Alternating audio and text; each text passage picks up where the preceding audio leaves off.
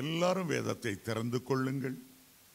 புதிய ஏற்பாட்டிலே 272வது பக்கத்தில் இருக்கிறது. பிலிப்பியர் 3:10-11. இப்படி நான் அவரையும் அவருடைய உயிர்த்தெழுதலின் வல்லமையையும் அவருடைய பாடுகளின் ஐக்கியத்தையும் அறிகிறதற்கும் அவருடைய மரணத்துக்கொப்பான மரணத்துக்குள்ளாகி எப்படியாயினும் நான் மரித்தோரிலிருந்து உயிரோடு எழுந்திருப்பதற்கு தகுதியுள்ளவனாகும்படிக்கும்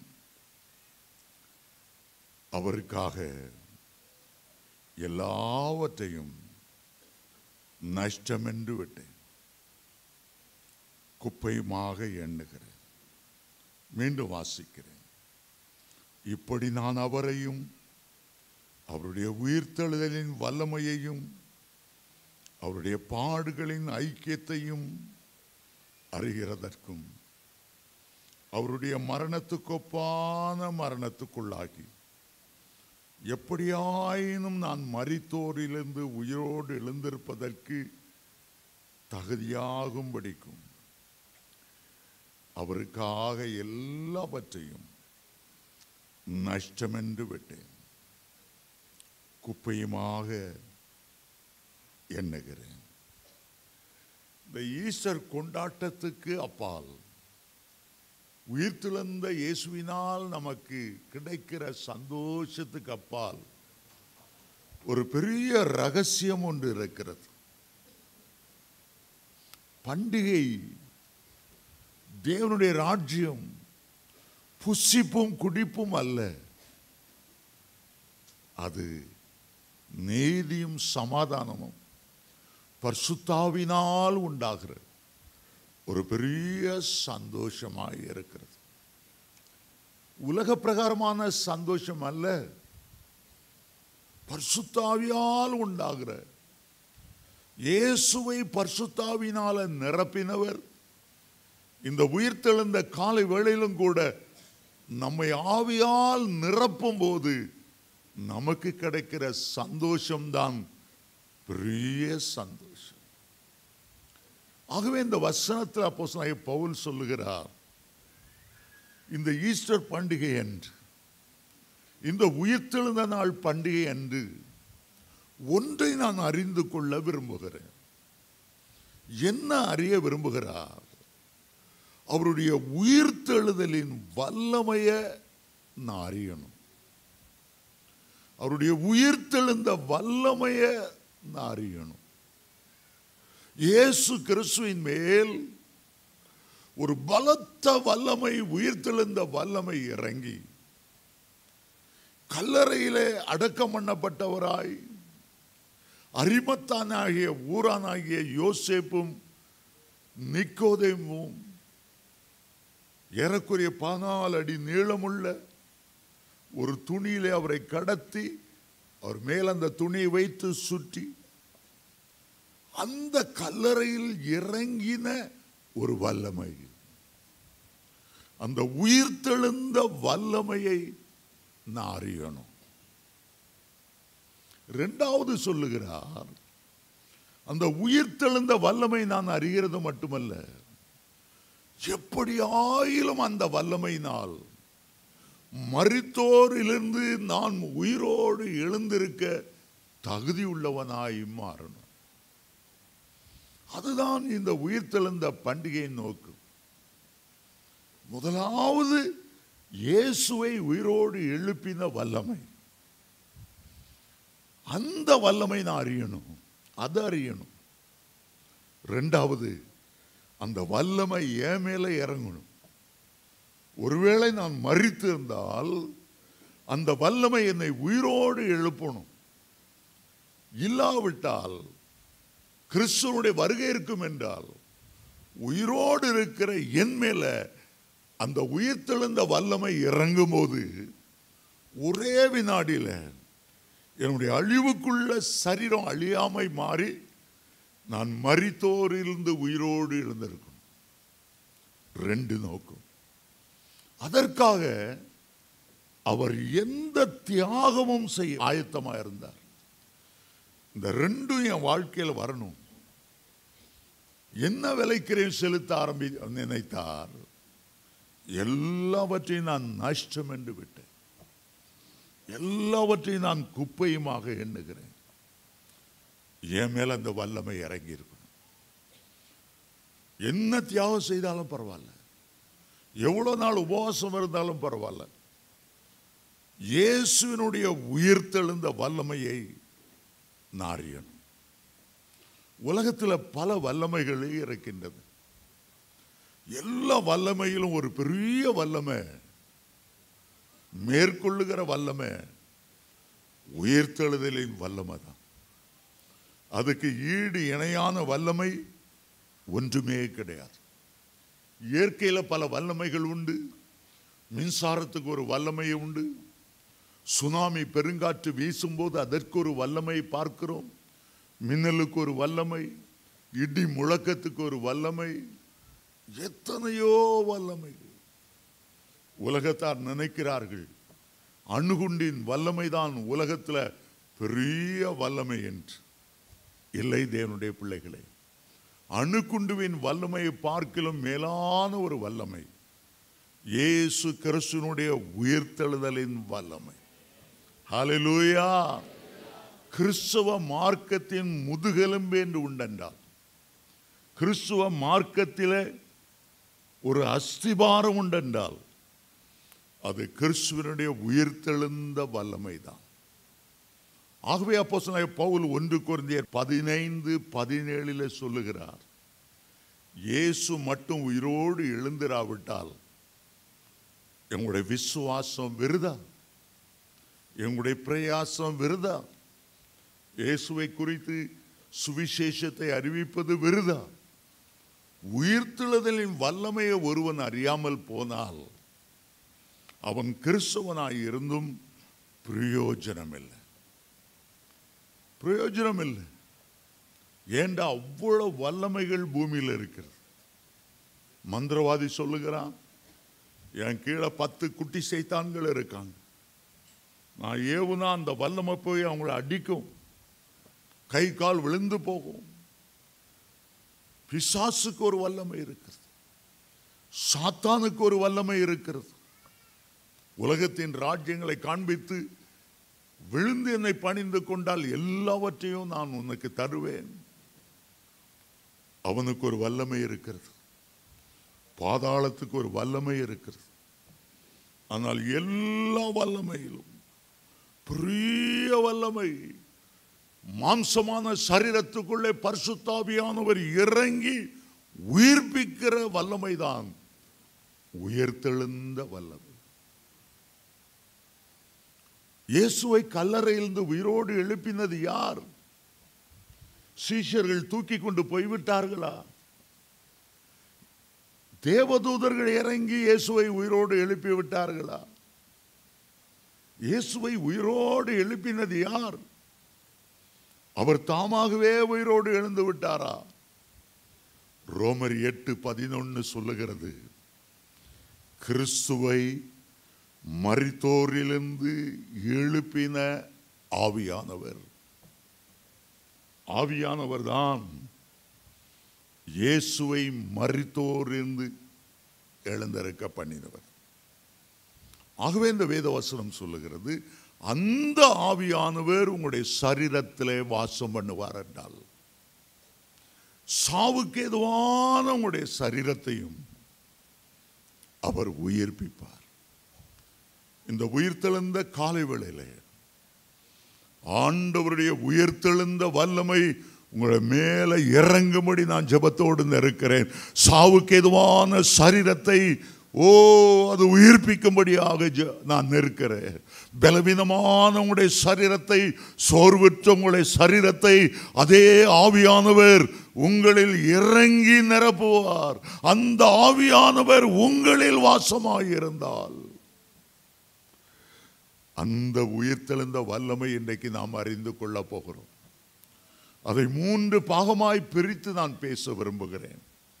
உடைய சரீரத்தில் இறங்குகிற உயிர்த்தெழுந்த வல்லமை, இரண்டாவது உடைய ஆத்துமாவில இறங்குற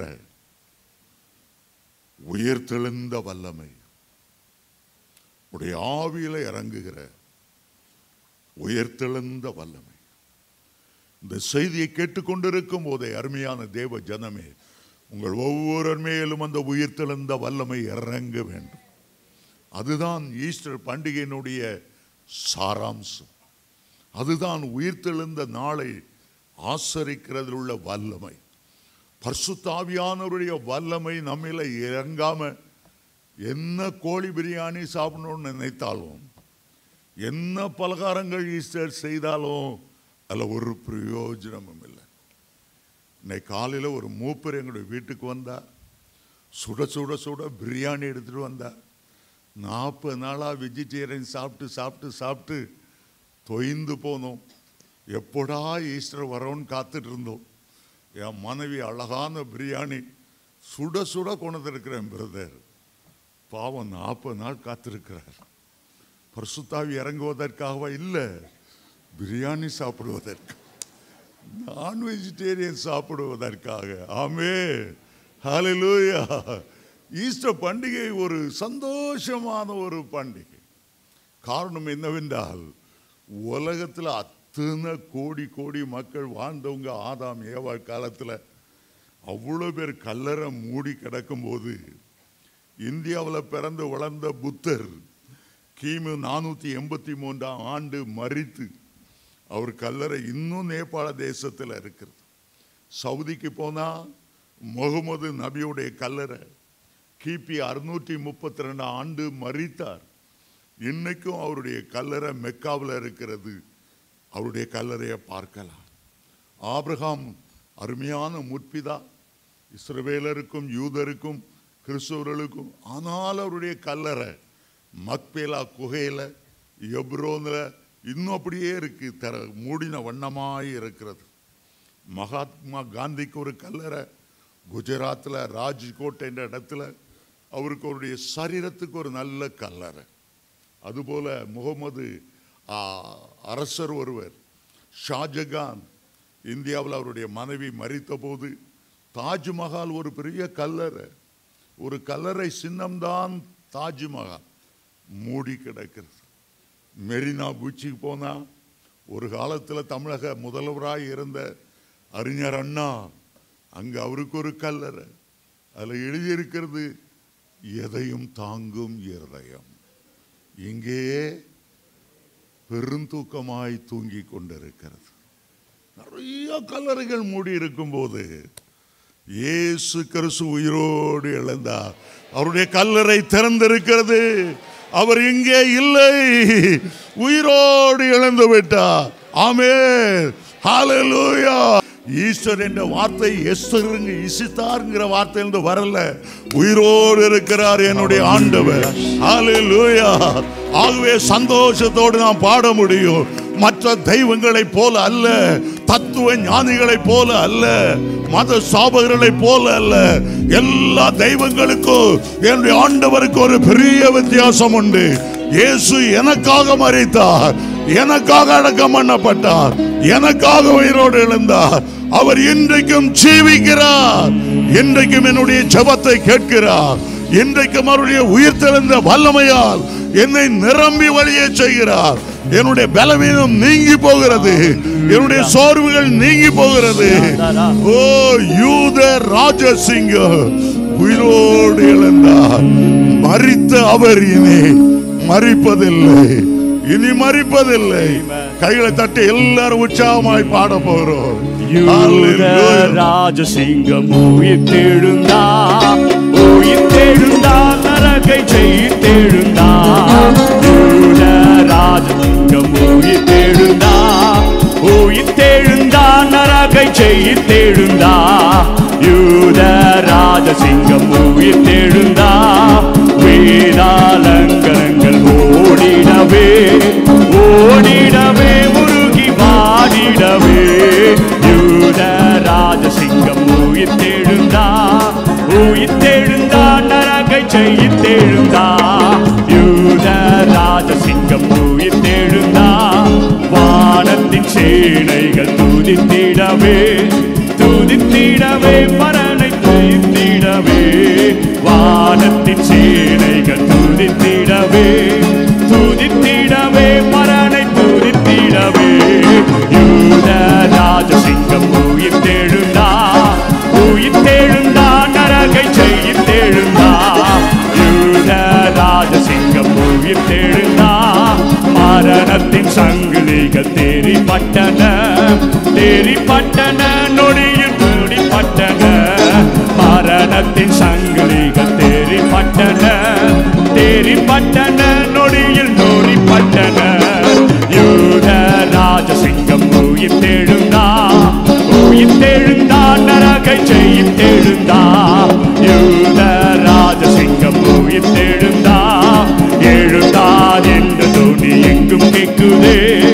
எங்கும் கேட்குதே பயத்தை என்றும் நீக்குதே எழுந்தார் என்ற தோனி எங்கும் கேட்குதே எங்கும் கேட்குதே பயத்தை என்றும் நீக்குதே யூத ராஜசிங்கம் உயிர்த்தெழுந்தா உயிர்த்தெழுந்தா நரகை ஜெயித்தெழுந்தா யூத ராஜசிங்கம் உயிர்த்தெழுந்தா மரித்த கிறிஸ்து இனி மரிப்பதில்லை மரிப்பதில்லை இனி மரிப்பதில்லை மரித்த கிறிஸ்து இனி மரிப்பதில்லை மரிப்பதில்லை இனி மரிப்பதில்லை யூத ராஜசிங்கம் எல்லாரும் சேர்ந்து உயிர்த்தெழுந்தா நரகை ஜெயித்தெழுந்தா யூத ராஜசிங்கம் உயிர்த்தெழுந்தா உயிர்த்தெழுந்தா சொல்வோம் யூத ராஜசிங்கம் உயிர்த்தெழுந்தா எழுந்தார் என்ற தோனி எங்கும் கேட்குதே எங்கும் கேட்குதே பயத்தை என்றும் நீக்குதே எழுந்தார் என்ற தோனி எங்கும் கேட்குதே எங்கும் கேட்குதே பயத்தை என்றும் நீக்குதே யூத ராஜசிங்கம் உயிர்த்தெழுந்தா உயிர்த்தெழுந்தா நரகை ஜெயித்தெழுந்தா யூத ராஜசிங்கம் எல்லாரும் சேர்ந்து உயிர்த்தெழுந்தா யூத ராஜசிங்கம் உயிர்த்தெழுந்தா மரித்த கிறிஸ்து இனி மரிப்பதில்லை மரிப்பதில்லை இனி மரிப்பதில்லை மரித்த கிறிஸ்து இனி மரிப்பதில்லை மரிப்பதில்லை இனி மரிப்பதில்லை யூத ராஜசிங்கம் உயிர்த்தெழுந்தா உயிர்த்தெழுந்தா நரகை ஜெயித்தெழுந்தா யூத ராஜசிங்கம் மரணத்தின் சங்கிலிகள் தேறிப்பட்டன தேறிப்பட்டன நொடியில் மூடிப்பட்டன மரணத்தின் சங்கிலிகள் தேறிப்பட்டன தேறிப்பட்டன நொடியில் தலைக்கு மேல கைகளை தட்டி யூத ராஜசிங்கம் உயிர்த்தெழுந்தா உயிர்த்தெழுந்தா நரகை ஜெயித்தெழுந்தா சொல்லுவோம் யூத ராஜசிங்கம் உயிர்த்தெழுந்தா உயிர்த்தெழுந்தா நரகை ஜெயித்தெழுந்தா யூத ராஜசிங்கம் உயிர்த்தெழுந்தா உயிர்த்தெழுந்தா நரகை ஜெயித்தெழுந்தா யூத ராஜசிங்கம் உயிர்த்தெழுந்தா உயிர்த்தெழுந்தா நரகை ஜெயித்தெழுந்தா யூத ராஜசிங்கம் இயேசுவே உயிர்த்தெழுந்தா நரகை ஜெயித்தெழுந்தா யூத ராஜசிங்கம் சொல்லுவோம் உயிர்த்தெழுந்தா நரகை ஜெயித்தெழுந்தா யூத ராஜசிங்கம் எல்லாரும் சேர்ந்து உயிர்த்தெழுந்தா இயேசுவே யூத ராஜசிங்கம் உயிர்த்தெழுந்தா உயிர்த்தெழுந்தா நரகை ஜெயித்தெழுந்தா யூத ராஜசிங்கம் உயிர்த்தெழுந்தா எழுந்தார் என்ற தோனி எங்கும்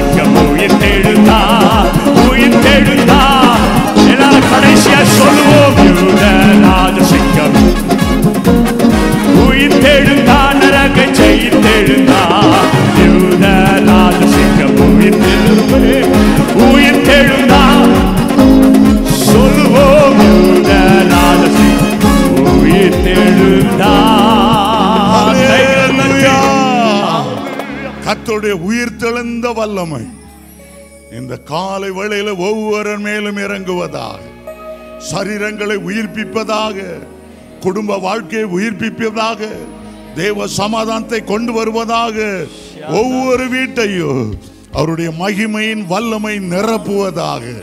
ஆமென்.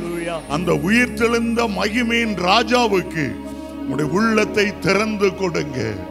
சங்கீதக்காரன் சொல்லுகிறார், சங்கீதம் 24:7, வாசல்களே உங்கள் தலைகளை உயர்த்துங்கள், அநாதி கதவுகளே உயருங்கள், மகிமையின் ராஜா உட்பிரவேசிப்பார். தன்னுடைய மகிமையோடு உங்களுடைய வீட்டில உட்பிரவேசிப்பார். உடைய பிள்ளைகளுடைய வாழ்க்கையில மகிமையின் ராஜா உட்பிரவேசிப்பார். ஆமென். அவர் கல்லறையில் அல்ல, உலகம் முழுவதையும் நிரப்பும்படி அவர் உயிரோடு எழுந்தார். ஆமென். ஹல்லேலூயா. ஒரு வாசனை திரவியம் ஒரு பாட்டிலுக்குள் அடங்கி கிடக்கிறது. இயேசு ஒரு மாம்ச சரீரத்தில் இதுவரையிலும் அடங்கி கிடந்தார். ஆனால் அந்த பாட்டில் உடைக்கும் போது, இயேசுனுடைய சரீரம் சிலுவையில் உடைத்த பிறகு, அந்த வாசனை திரவியம் அந்த பாட்டிலுக்குள்ள இல்லை. அந்த வாசனை உலகம் முழுவதிலும் நிரம்பினது. உயிர்த்தெழுந்த வல்லமையினால் நிரப்புகிறது. ஆகவேதான் கர்த்தரை எல்லா இடங்களிலும் தேட முடியும்.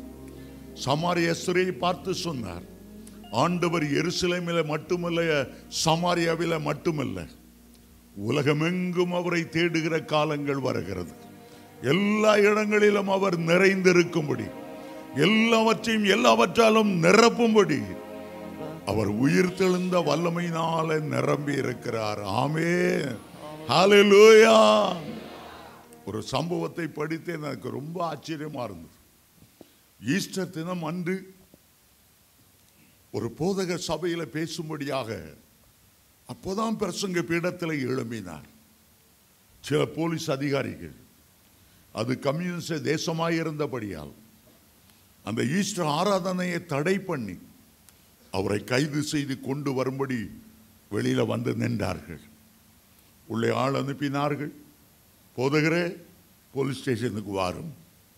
அவர் சொன்னார், ஒரு மணி நேரம் உயிர்த்தெழுந்த வல்லமை பற்றி நாம் பேசிவிட்டு அதுக்கு பிறகு போலீஸ் ஸ்டேஷன் எங்கனாலும் நம்ம வர தயார். அவன் சொன்னாங்க, 1 மணி நேரம் கிடையாது, உடனே வா, ஒரு அரை மணி நேரம்.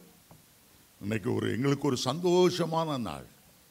ஒரு அரை மணி நேரம் இயேசு எப்படி மரித்தோர்ந்து எழுந்தார் நான் பேசிட்டு வர்றேன். அவள் சொன்னாங்க, அரை மணி நேரம்லாம் கொடுக்க முடியாது.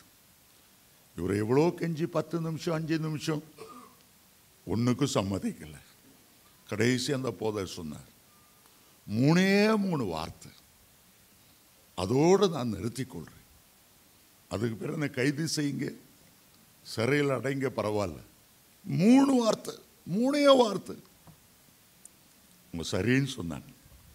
கையை உயர்த்தினார், குரலை உயர்த்தினார். 3 வார்த்தை என்ன சொன்னார் தெரியுமா? என் மீட்பர் உயிரோடு இருக்கிறார். அல்லேலூயா. அதுதான் அந்த 3 வார்த்தை. அதுதான் அவர் சொன்னதான் தாமதம். சபையார் எல்லாரும் எழுந்து நின்று கையை உயர்த்தி, எங்கள் மீட்பர் உயிரோடு இருக்கிறார், அல்லேலூயா, எங்கள் மீட்பர் உயிரோடு இருக்கிறார், அல்லேலூயா. அவரை இழுத்து கொண்டு போய்விட்டார்கள். சபை மக்கள் அரை மணி நேரம் அந்த ஆலயத்தில் உட்கார்ந்து ஒரே வார்த்தை தான், எங்கள் மீட்பர் உயிரோடு இருக்கிறார். செத்த தெய்வத்தை ஆராதிக்கவில்லை. எங்களுடைய ஜெபத்தை கேட்க திராணியற்றவரை நாங்கள் ஆராதிக்கவில்லை. எங்களுடைய கண்ணீரை துடைத்து ஆனந்த களிப்பாய் மாற்றுகிறவரை நாங்கள் ஆராதிக்கிறோம். அவர் உயிரோடு இருக்கிறார். ஆலயத்திலிருந்து வெளியே போகும்போது ஒரே முழக்கம். தெருவில் நடக்கும்போது, வீதிகளில் நடக்கும்போது, எங்கள் மீட்பர் உயிரோடு இருக்கிறார். இதை பார்த்து கொண்டு இருந்தவங்க தங்களை அறியாம, எங்களுக்கு அந்த உயிரோடு இருக்கிற மீட்பர் தேவை, எங்களுக்காக வழக்காடுகிற அந்த மேய்ப்பன் தேவை, மீட்பர் தேவை. எல்லாரும் சத்தம் போட்டாங்க. அந்த நாள் முழுவதும் அந்த பட்டணத்தில் திரும்ப திரும்ப திரும்ப எதிரொலித்த ஒரு வார்த்தை உண்டென்றால், உங்களுடைய மீட்பர் உயிரோடு இருக்கிறார். யோபு பக்தன் அந்த வார்த்தையை யோபு 19:25 சொல்லுகிறார். நான் சொல்லுகிற வார்த்தை கருங்கலிலே உளிவட்டாக செதுக்கப்பட்டால் நலமாயிருக்கும். என் மீட்பர் உயிரோடு இருக்கிறார் என்றும் அவர் கடைசி நாளில் பூமியின் மேல் நிற்பார் என்றும் நான் அறிந்திருக்கிறேன். என் தோல் முதலானவைகள் அழுகி போனாலும் என் மாம்சத்திலிருந்து அவரை நான் பார்ப்பேன். அவரை நானே பார்ப்பேன். அந்நிய கண்கள் அல்ல, என் கண்களே அவரை காணும். உயிரோடு எழுந்த மீட்பரை ஒரு பழைய பாட்டு பரிசுத்தவான் யோபு சொல்லுகிறார். என் கண்களே அவரை காணும். நான் உயிரோடு இருக்கிற மீட்பரை நான் காண்பேன். இயேசு சொன்னார் யோவான் 11:25, நானே உயிர்த்தெழுதலும் ஜீவனுமாய் இருக்கிறேன். என்னை விசுவாசிக்கிறவன் மரித்தாலும் பிழைப்பான். உயிரோடு இருந்து என்னை விசுவாசிக்கிறவன் மறியாமலும் இருப்பான். ஆண்டவர் மேல் நம்பிக்கை வைக்கும்போது அது எத்தனை ஆசீர்வாதம். உலகத்திலே மட்டுமல்ல, கோடான கோடி வருடங்கள் நித்திய நித்தியமான ஆசீர்வாதத்தை ஆண்டவர் நமக்கு தந்தருளுகிறார். ஹல்லேலூயா. ஒரு வித்தியாசத்தை நீங்கள் அறிந்து கொள்ளணும். உயிர்ப்பிக்கப்படுவது ஒரு பகுதி. இரண்டாவது பகுதி மரணமே சமீபித்து வராதபடி உயிர்த்தெழுந்த வல்லமையினால் என்றென்றைக்கும் நிரப்பப்படுவது அடுத்த பகுதி. உயிர்ப்பிக்கப்பட்டு சிலர் மறுபடியும் இறந்து போவார்கள். வேதத்தில் முதல் எலியா தீர்க்கதரிசி சாரிபாத் விதவையின் மகனை உயிரோடு எழுப்பினார். மீண்டும் அவன் மரித்தான். அதுபோல எலிசா தீர்க்கதரிசி சுனேமியாளின் மகனை உயிரோடு எழுப்பினார். ஆனால் அவன் மீண்டும் மரித்தான். இயேசு இந்த பூமியில் இருந்தபோது 3 பேரை உயிரோடு எழுப்பினார். லாசருவை உயிரோடு எழுப்பினார். நாயினூர் விதவையின் மகனை உயிரோடு எழுப்பினார். யபீருவின் மகளை கையை பிடித்து தூக்கிவிட்டு சிறுபண்ணே எழுந்திரு உயிரோடு எழுப்பினார். அப்போஸ்தலனாகிய பவுல் ஐத்திகு என்ற வாலிபனை உயிரோடு எழுப்பினார். அதுபோல பேதுரு அப்போஸ்தலன் தொற்காள் என்ற வயது முதிர்ந்த பெண்ணை உயிரோடு எழுப்பினார். ஆனால் அவர்கள் மீண்டும் மரித்து போனார்கள். இஸ்ரவேல் தேசத்திலே லாசரு கல்லறை அந்த குகைக்குள்ளே இறங்கி போயிருக்கிறேன். அந்த லாசரு பிற்காலத்தில் சைப்ரஸ் தீவுக்கு வந்து, சீப்ரு தீவு என்று தமிழில் இருக்கிறது, இன்றைக்கு அந்த தேசம் சைப்ரஸ் தேசம். அந்த தேசத்தில் ஊழியம் செய்யும்போது லாசருவுக்கு இருந்த 2வது கல்லறையை பார்த்தேன். உள்ளே போனேன், போட்டோ எடுத்துக்கொண்டேன். ஏன்னா அந்த லாசருவை ஆண்டவர் உயிரோடு எழுப்பினார். ஆனால் அவன் மீண்டும் மரித்து போனான். ஆண்டவர் நமக்கு கொடுக்கிற கட்டளை என்ன? மத்தேயு 10:8 சொல்லுகிறார், மரித்தோரை எழுப்புங்கள். ஆனால் இயேசுவினுடைய உயிர்த்தெழுதல் முற்றிலும் வித்தியாசமானது.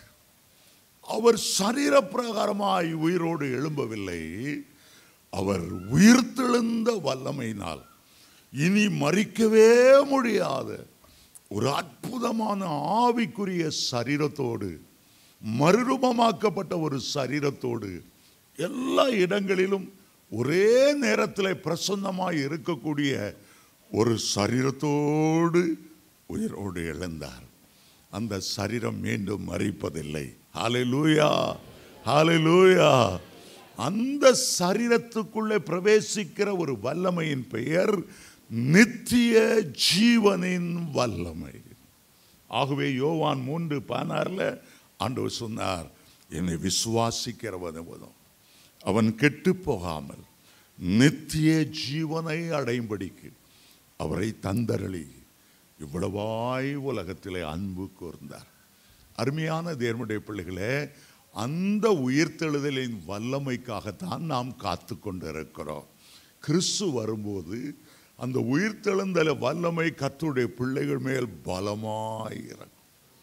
சாவுக்கு ஏதுவான இந்த சரீரத்தில் பெரிய மாறுதல் ஏற்பட்டுவிடும். பெரிய மாறுதல் ஏற்பட்டுவிடும். நாம் இமைப்பொழுதிலே மகிமை மேல் மகிமை அடைவோம். இமைப்பொழுதிலே மறுரூபமாக்கப்படுவோம். இயேசு கிறிஸ்துவை போல மாற்றப்படுவோம். அதான் 1 யோவான் 3:2 அவர் வெளிப்படும் போது அவர் இருக்கிற வண்ணமாய் நாம் அவரை தரிசிப்பதினாலே அவருக்கு ஒப்பாய் மாறிவிடுவோம். நமக்குள்ளே தங்கி இருக்கிற பரிசுத்த ஆவியானவர், நமக்குள்ளே இருக்கிற மகிமையானவர் நம்மை அந்த மாதிரி நம்மை உயிரோடு எழுப்புவார். அப்போஸ்தலனாகிய பவுலினுடைய ஆசை என்ன? முதல்ல ஆசை அந்த உயிர்த்தெழுந்த வல்லமை நான் அறியணும். 2வது ஆசை அவருடைய உயிர்த்தெழுதலுக்கு ஒப்பான உயிர்த்தெழுதலில் நான் பங்கு பெறணும். ஆண்டவர் வரும்போது நான் கூமுட்டையாக இந்த ஊரில் இருக்கக்கூடாது. கூமுட்டைன்னா உங்களுக்கு தெரிஞ்சிருக்கும்னு நினைக்கிறேன். கோழி அடை வைப்பாங்க. எங்கள் கிராமத்தில் எங்கள் அம்மா 12 முட்டை எடுத்து அந்த கோழி அடை வைப்பாங்க. நாங்கள் முதல்ல எழுதிக்குவோம். சில முட்டை மேலே 3 முட்டை மேலே சாம் ஜெபத்துறை எழுதிடுவேன். எங்கள் அக்கா அடுத்த 3 முட்டை அக்காக்குரியது. எங்கள் அக்கா பேர் செல்வராணி. செல்வராணின்னு எழுதியிருப்போம். எங்கள் அண்ணன் 3 முட்டையில் தான் பேர் எழுதுவான். என் தங்கச்சி அவ முட்டை மேலே எழுதுவான். எனக்கும் எங்கள் அக்காவுக்கும் சரியாக பிடிக்காது அந்த காலத்தில். இப்போ ரொம்ப அன்பாக இருப்பான்.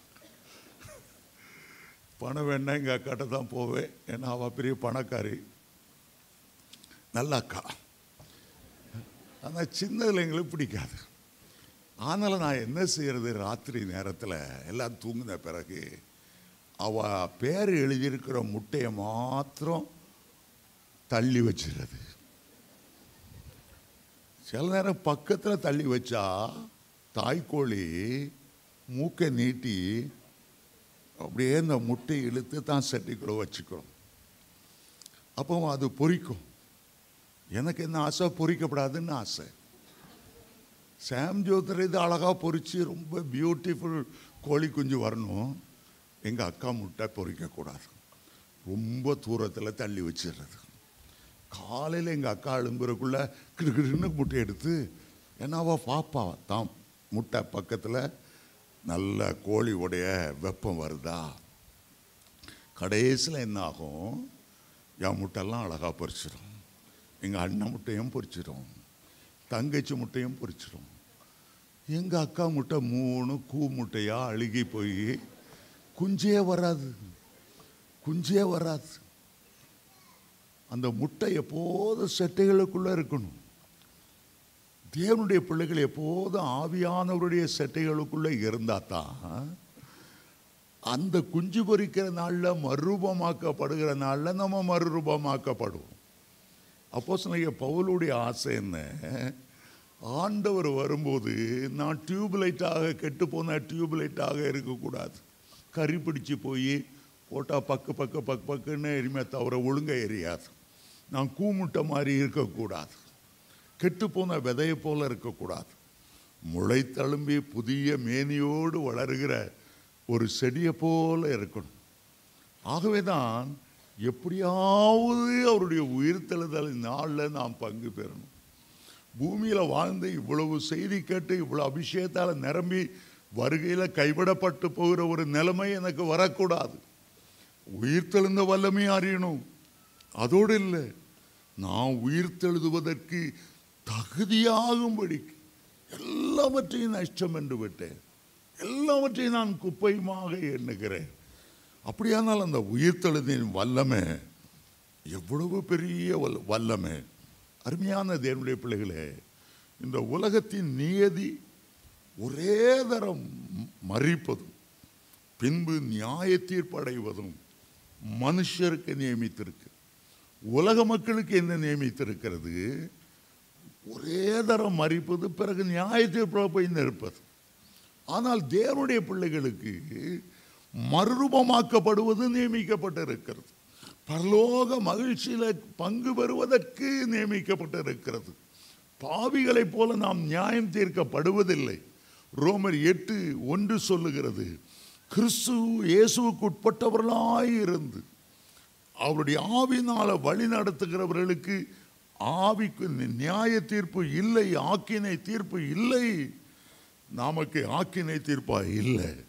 நாம் கிறிஸ்துவை போல மறுரூபமாகப்படுகிறோம். ஆமென்.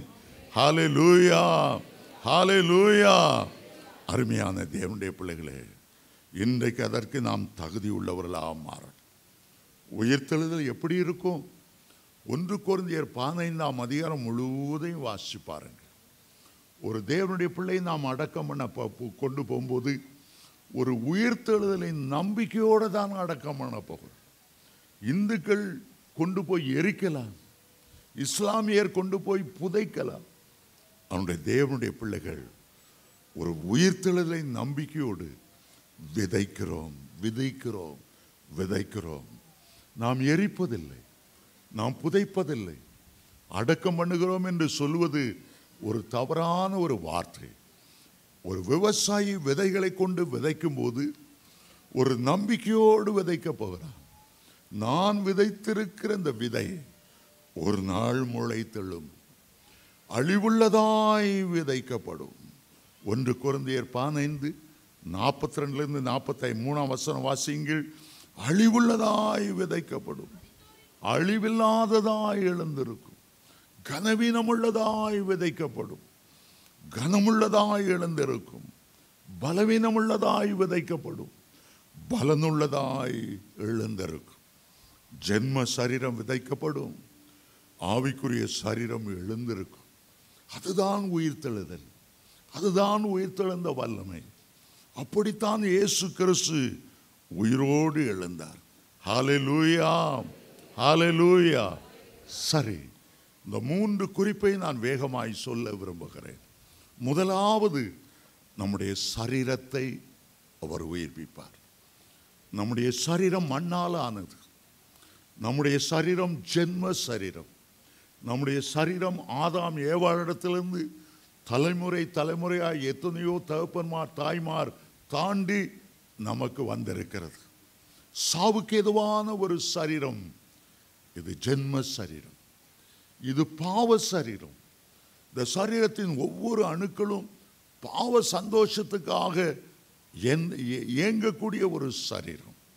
ஆனால் இயேசுவின் இரத்தம் இந்த சரீரத்தில் விழுந்த போது இந்த சாவுக்கு ஏதுவான சரீரம், இந்த பாவ சரீரம், இந்த ஜென்ம சரீரம் மாறி மீட்கப்பட்ட ஒரு சரீரமாய் மாறிவிடுகிறது.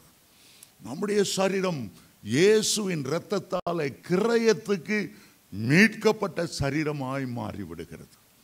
ரட்சிக்கப்படும் போது கிறிஸ்து நமக்குள்ளே வாழுகிற ஒரு சரீரமாய் மாறுகிறது.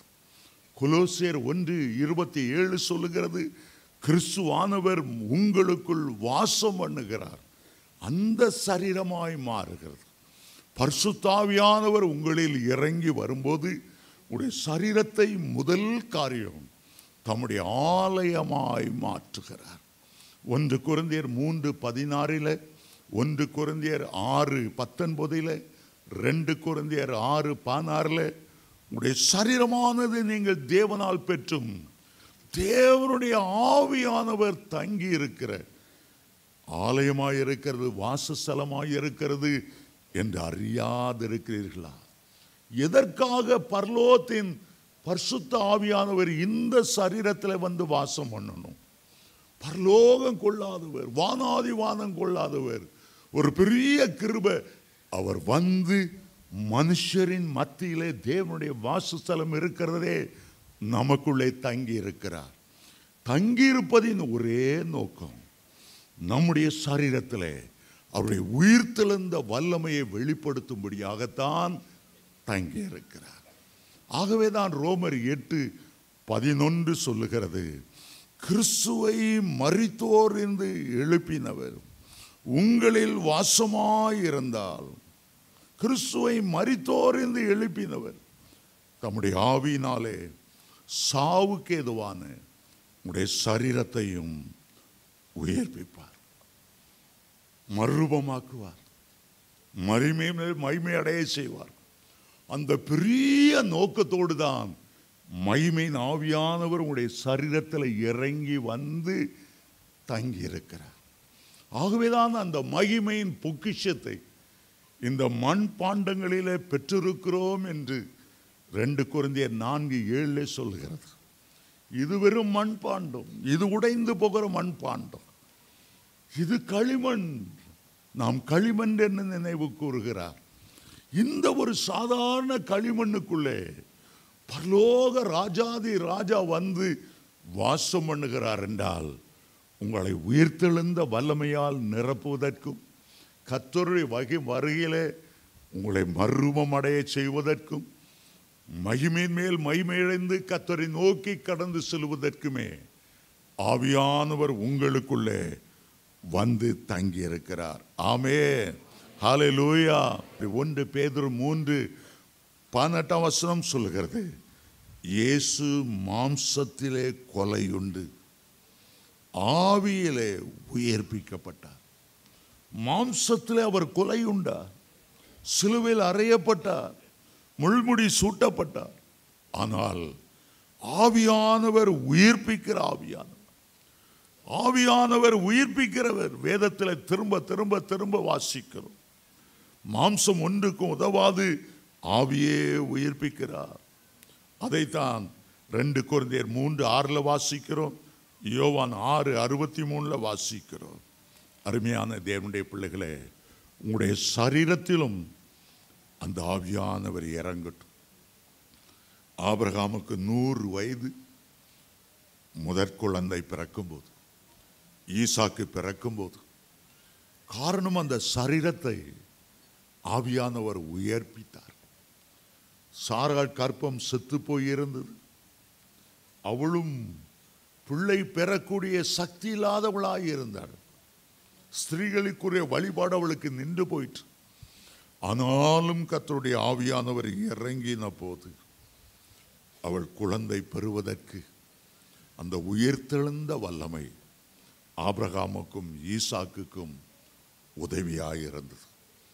இன்றைக்கு அந்த உயிர்த்தெழுந்த வல்லமையை உங்களுக்குள்ளே இருக்கிற ஆவியானவர், உங்களை நிரப்பி இருக்கிற ஆவியானவர் உயிர்ப்பித்து பலப்படுத்த விரும்புகிறார். ஒருவேளை பல சோர்வுகளோடு வந்திருக்கலாம். வாழ்க்கையில் ஒரு சந்தோஷமும் இல்லை. நான் ஒரு நடைப்பணமாய் வாழுகிறேன். எனக்கு என்ன இருக்கிறது இனிமேல, நான் எப்போ மேலே போய் சேருவேன் அப்படி எண்ணத்தோடு இருக்கலாம். ஐயோ, குடும்பத்துக்கு செய்ய வேண்டிய கடமையை செய்ய முடியல, என் கணவனுக்கு பிள்ளைகளுக்கு செய்ய வேண்டிய கடமை செய்ய முடியல, நான் பரிதாமா பலவீனப்பட்டு போனேன். ஒருவேளை நீங்கள் சொல்லலாம், இந்த மத்தியான வேளையில் நீங்கள் விசுவாசிப்பீர்கள் என்றால், இயேசு கிறிஸ்துவை உயிரோடு எழுப்புவதற்கு எந்த ஆவியானவர் பலமாய் வல்லமையாய் இறங்கி வந்தாரோ அதே ஆவியானவர் உங்களை நிரப்ப, உங்களை மறுபடியும் பலப்படுத்த, எல்லா சோர்வின் ஆவியை நீக்கி உற்சாகத்தின் ஆவினால நிரப்ப பண்ண அவர் வல்லமையுள்ளவராய் இருக்கிறார். ஆமென். உடைய சரீரத்தை கர்த்தருக்கென்று ஒப்புக் கொடுங்க, ஜீவ பலியாய் ஒப்புக் கொடுங்கள் என்று ரோமர் 12:1 சொல்லுகிறார். கர்த்தருடைய ஆவியானவர் உங்களிலே வந்து தங்கும்படி உங்களுடைய சரீரத்தை கர்த்தருக்கென்று ஒப்புக் கொடுங்க. என் சரீரத்தில் பாவம் ஆளக்கூடாது, என் சரீரத்தால் நான் தேவனை மகிமைப்படுத்தணும், நான் சாகாமல் பிழைத்திருந்து கர்த்தருடைய செய்கைகளை நான் விவரிக்கணும், உம்மாலே என்னுடைய ஆயுசு பெருகும், என் நாட்கள் விருத்தி ஆகும் என்று நீதிமொழி 9:10 சொல்லுகிறது.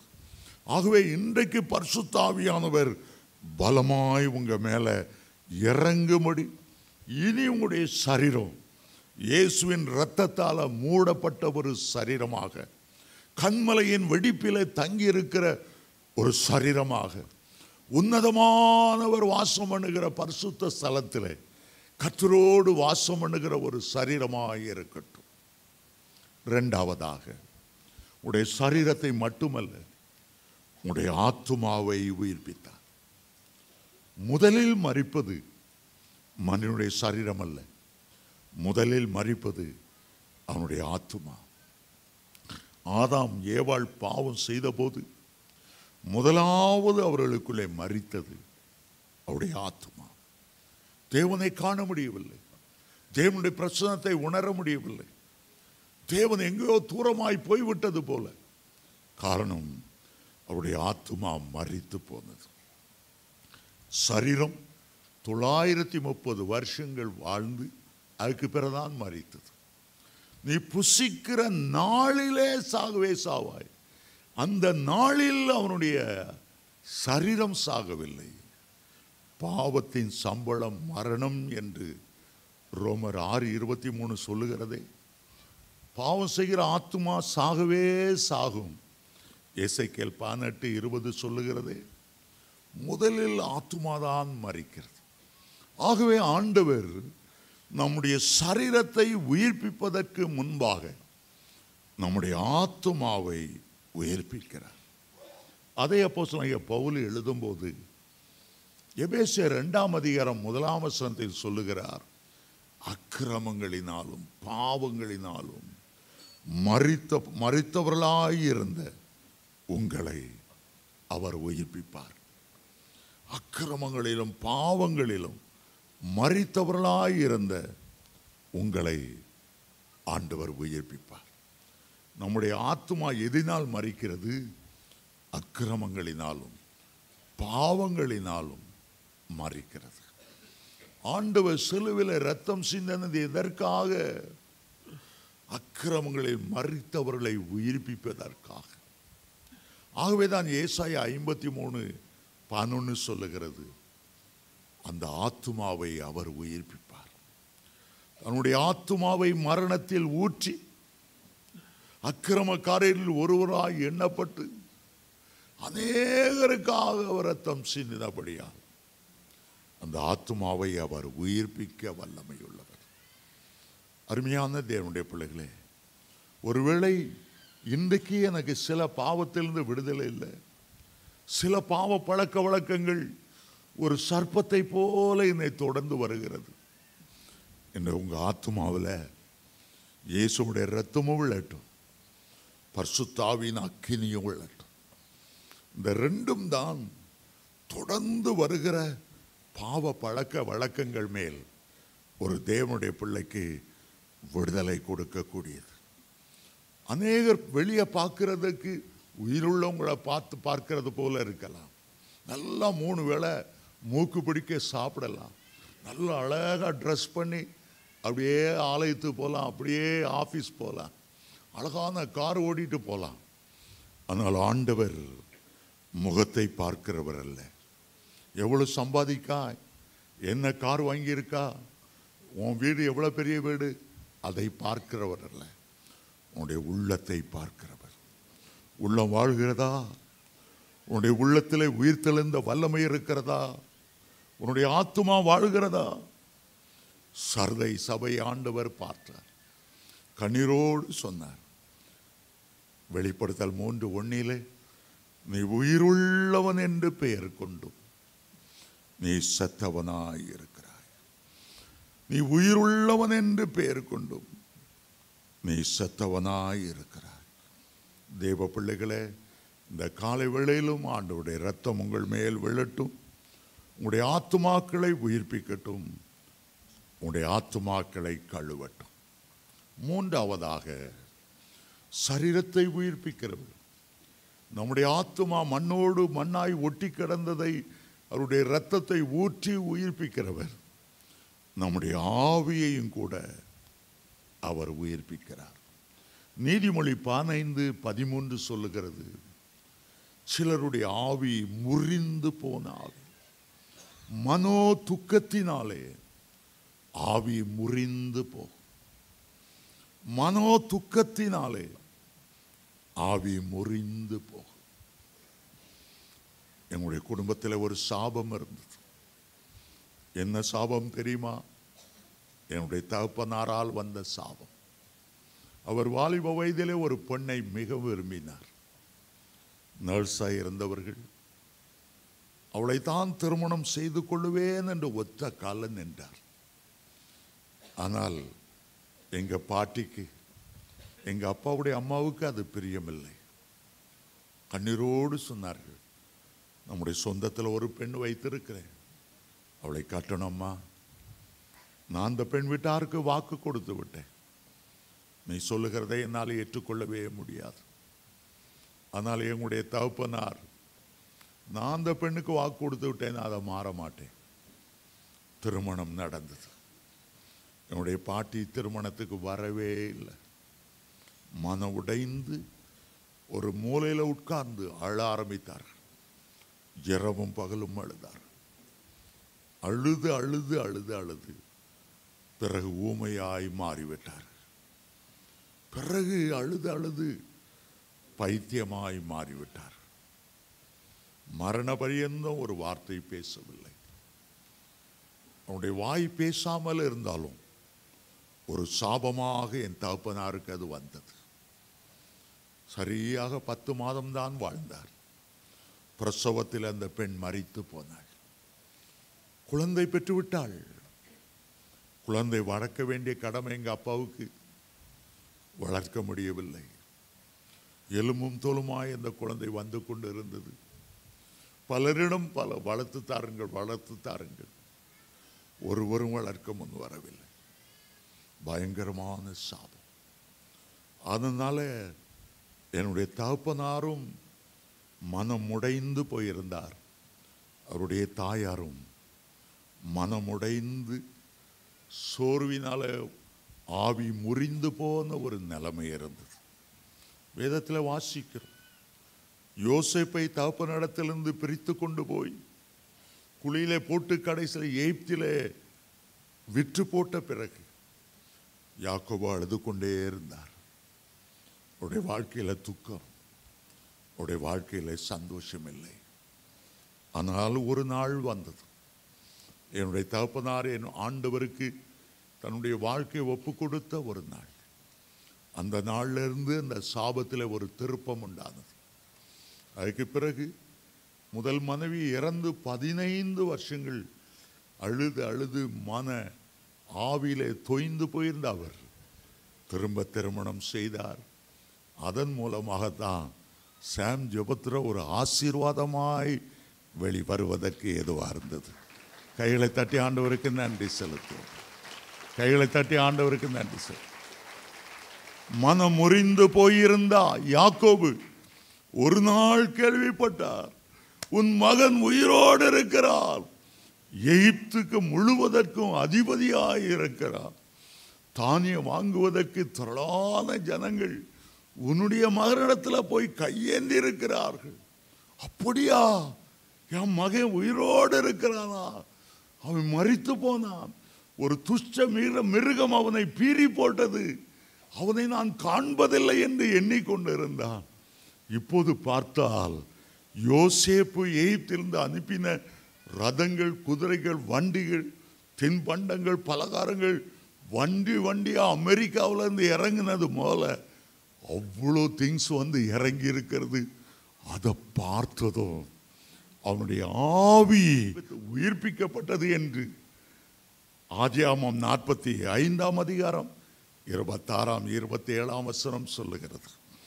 இன்றைக்கு யோசேப்பு எப்படி உயிரோடு எழுந்து எகிப்துக்கெல்லாம் அதிபதியாய் இருக்கிறார், அதுபோல இயேசு கிறிஸ்து உயிரோடு எழுந்து வானத்திலும் பூமியிலும் சகல அதிகாரமுடையவராய் பிதாவுடைய வலது பார்சத்தில் உட்கார்ந்து நம்மை பார்த்து சொல்லுகிறார், என் பிள்ளைகளே, நான் ஜெயங்கொண்டு என்னுடைய பிதாவின் சிங்காசனத்தில் வீற்றிருக்கிறது போல நீங்கள் ஜெயங்கொள்ளும் போது என்னுடைய அருகிலே என்னுடைய சிங்காசனத்தில் வீற்றிருக்கும்படி உங்களுக்கு நான் அருள் செய்வேன். ஹல்லேலூயா. ஆண்டவருடைய ஒரு சிங்காசனம், பெரிய சிங்காசனம். பிதாவானவர் அங்கே இருக்கிறார். ஜெயங்கொண்ட இயேசு அங்கே இருந்து நமக்காக பரிந்து பேசுகிறார். பக்கத்தில் ஒரு சீட்டை நம்ம எல்லாருக்கும் ரிசர்வ் பண்ணி வைத்திருக்கிறார். நான் பிதாவினுடைய சிங்காசனத்தில் வீற்றிருக்கிறது போல நீங்களும் வீற்றிருக்க போகிறீர்கள். ஹல்லேலூயா. எழுந்த நெருப்போ, பரலோகத்திலே நமக்கு ஆண்டவர் வைத்திருக்கிற இடம் என்ன? அவர் உட்கார்ந்திருக்கிற சிங்காசனத்திலே அவரோடு கூட நிற்கும்படி. இதற்கெல்லாம் காரணம் அந்த உயிர்த்தெழுந்த வல்லமை. அந்த உயிர்த்தெழுந்த வல்லமை உங்கள் மேலும் அந்த உயிர்த்தெழுந்த வல்லமை இறங்கும்படி கர்த்தருடைய ஆவியானவர் கிரியை செய்கிறார். கைகளை உயர்த்தி கொள்ளோ. ஹல்லேலூயா. அன்றைக்கு இயேசுவை அடக்கம் பண்ணியிருந்த இடத்திலே ஒரு பெரிய பலத்த உயிர்த்தெழுந்த வல்லமை இறங்கினது. இன்றைக்கு தேவ சமூகத்திலே நின்று கொண்டிருக்கிற உங்கள் ஒவ்வொரு மேலும் ஒரு உயிர்த்தெழுந்த வல்லமை இறங்க போகிறது. ஆயத்தமா இருக்கிறீங்களா? ஆயத்தமா இருக்கிறீங்களா? ஒரு உயிர்த்தெழுந்த வல்லமை என் மேல் இறங்கட்டும் ஆண்டவரே. அப்போஸ்தலனாகிய பவுல் விரும்பினாரு, எப்படியாயிலும் அந்த மரித்தோரிலிருந்து நான் உயிரோடு எழுந்திருக்க தகுதி உள்ளவனாய் மாறும்படி அந்த உயிர்த்தெழுந்த வல்லமை என் மேல இறங்கட்டும். முதலாவது அவருடைய உயிர்த்தெழுந்த வல்லமை என்ன? இரண்டாவது அந்த உயிர்த்தெழுந்த வல்லமை என் மேல் இறங்கும் போது என்ன அற்புதமான மாறுதல்கள் என் வாழ்க்கையில ஏற்படும். கைகளை உயர்த்தி, ஆண்டவரே அந்த உயிர்த்தெழுந்த வல்லமை ஒவ்வொரு மேலும் இப்போது இறங்கி வருவதாக. சரீரத்தில் உள்ள எல்லா பலவீனமும் வியாதிகளும் இயேசுவின் நாமத்தில் நீங்கி போவதாக. எல்லா சோர்வுகளும் நீங்கி ஒரு உற்சாகத்தின் ஆவி நிரப்பப்படட்டும் ஆண்டவரே. அந்நிய பாஷையில பேச ஆரம்பிங்க. கர்த்தரை தொழுது கொள்ள ஆரம்பிக்க போகிறோம். ஒரு பெரிய வல்லமை உங்களுக்கு முன்பாக நின்று கொண்டிருக்கிறது.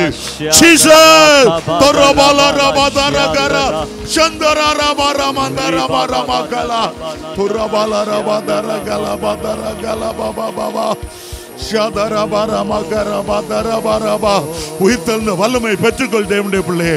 உயிர்த்தெழுந்த வல்லமை உன்மேல் இறங்கட்டும். உன் உச்சம் தலை முதல் உள்ளங்கால் வரை ஒரு வல்லமை இளையோடி வரட்டும்.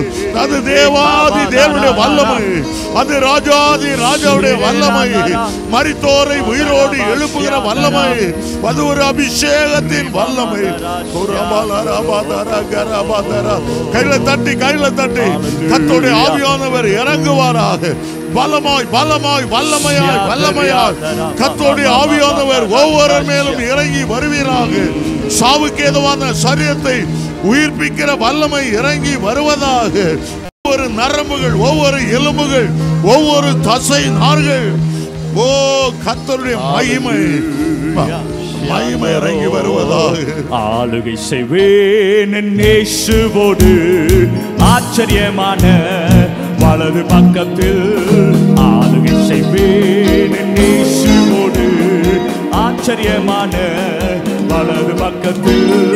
உன்னதத்தில் உயர்ஸ்தலத்தில் அமர்ந்திருப்பேன் நேசருடனே. உன்னதத்தில் உயர்ஸ்தலத்தில் அமர்ந்திருப்பேன் நேசருடனே. ஜெயம் கொண்டு வல்லமையாய் ஆளுகை செய்வேன். ஆளுகை செய்வேன். ஆளுகை செய்வேன். ஜெயம் கொண்டு வல்லமையாய் ஆளுகை செய்வேன். ஆளுகை செய்வேன். ஆளுகை செய்வேன். துரைத்தனங்களும் அதிகாரங்களும் இந்த கால்களின் கீழே. துரைத்தனங்களும் அதிகாரங்களும் இந்த கால்களின் கீழே. அந்தகார வல்லமைகள் முறியடிப்பேன். அந்தகார வல்லமைகள் முறியடிப்பேன். என்றும் ஜெயித்திடுவேன். என்றும் ஜெயித்திடுவேன். ஜெயம் கொண்டு வல்லமையாய் ஆளுகை செய்வேன். ஆளுகை செய்வேன். ஆளுகை செய்வேன். ஜெயம் கொண்டு வல்லமையா ஆளுகை செய்வேன். ஆளுகை செய்வேன். கல்வாரி வெற்றி செயல்பாடுத்தி சாத்தானை தோற்கடிப்பேன். கல்வாரி வெற்றி செயல்பாடுத்தி சாத்தானை தோற்கடிப்பேன். சர்ப்பங்களை சிங்கங்களை மீதித்திடுவேன். சர்ப்பங்களை சிங்கங்களை மீதித்திடுவேன். இயேசுவின் நாமத்தினால். இயேசுவின் நாமத்தினால் ஜெயம் கொண்டு வல்லமையாய் ஆளுகை செய்வேன். இயேசுவே ஆளுகை செய்வேன். ஜெயம் கொண்டு வல்லமையாய்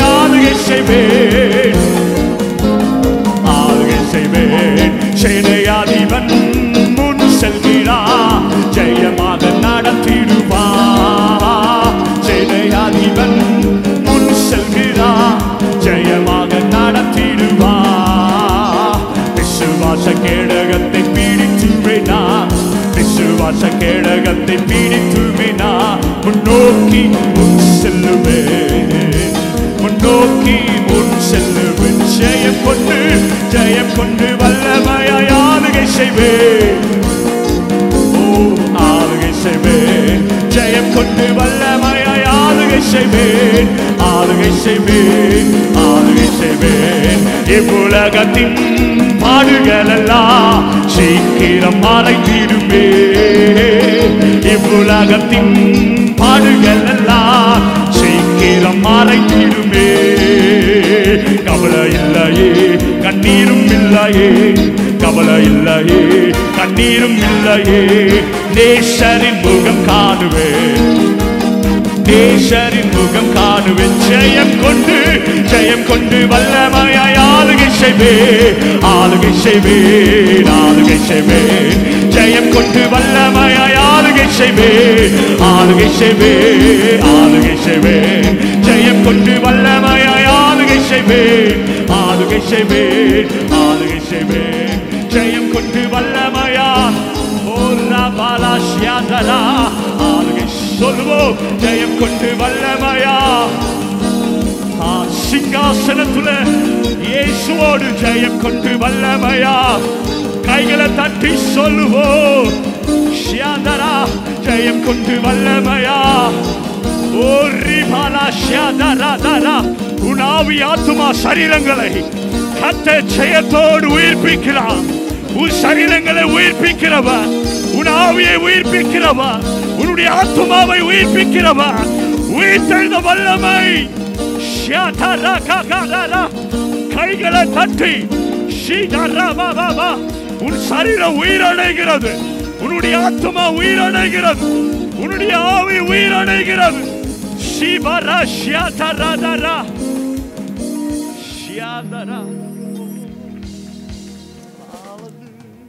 உங்க ஒவ்வொரு மேலும் ஆவியானவர் இறங்கி இருக்கிறார். உங்க மேல இருந்த அபிஷேகம் 2 மடங்கு உயர்ந்து விட்டது. உங்க மேல ஒரு ஜெபாவியை கர்த்தர் ஊற்றி இருக்கிறார். நீங்கள் விசேஷமானவர்கள், நீங்கள் ஆசீர்வதிக்கப்பட்டவர்கள், நீங்கள் பாக்கியவான்கள். ஆவியோடு உண்மையோடு கர்த்தரை ஆராதிக்கும்படி தெரிந்து கொள்ளப்பட்டவர்கள். கர்த்தர் சீயோனிலிருந்து உங்களை ஆசீர்வதிப்பார்.